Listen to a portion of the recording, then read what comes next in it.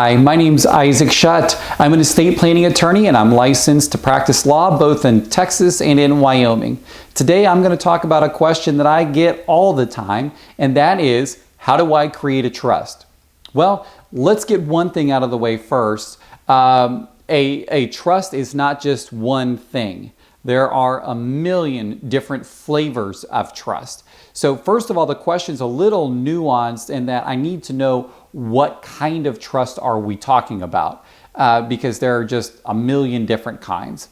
But today I'm really talking about the most popular type of trust, which is the Revocable Living Trust. And this is a type of probate avoidance trust that we use commonly here in Texas.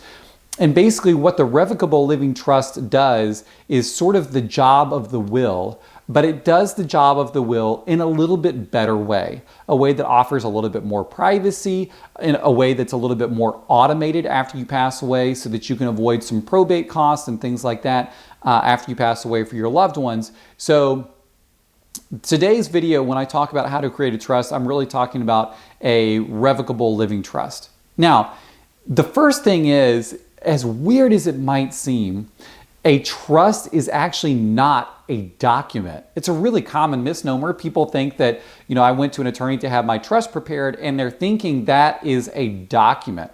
Well, technically, a trust is sort of a fictional concept, almost like a company. What your attorney is preparing is not that fictional thing. They're preparing a trust agreement, or sometimes it's called a declaration of trust.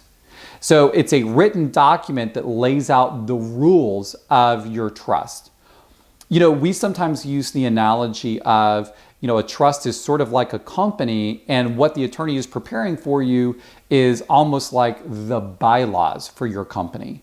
So I know this seems silly, but if you went to a bank and you said, hey, I want to open up an account in the name of my company, the banker wouldn't look at you and say, okay, well, show me your company. That isn't a thing. That I can't just whip out my company. Maybe they ask for some company minutes or they ask for bylaws. That makes more sense because those are written documents that you could show somebody. And similarly, with a trust, a banker shouldn't really ask you, well, I need to see your trust. What they should be asking is, show me some trust documentation. And that's what the attorney prepares for you. So when you're creating a trust, you're going to have some sort of trust agreement, and usually that's going to be in writing. Now, let me shock you just for a minute. That trust agreement doesn't actually have to be in writing. There are certain laws that seem to indicate, here in Texas anyway, that you don't actually have to have a written trust document. But let me just tell you, it would be silly not to have a written trust agreement. For one, if this thing ever did need to go to court, how do you prove what the terms of an unwritten trust agreement? How do you prove those terms? That's almost impossible. I guess it would be a bunch of hearsay between people who saw you talk about it or something. I don't know. That would be silly for that reason.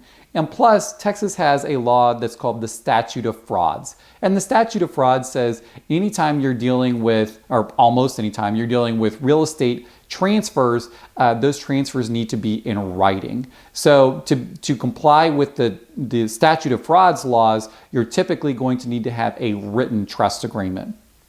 So really what you need to do is have an attorney. If you're going to create a trust, you really want to have an attorney prepare that trust agreement. And then beyond that, you want to put assets into that trust so that there really isn't anything in your name when you pass away.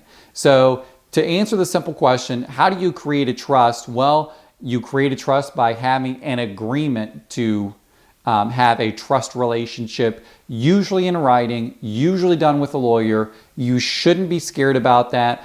Talking with an estate planning attorney about creating a trust is pretty straightforward work for a dedicated estate planning attorney.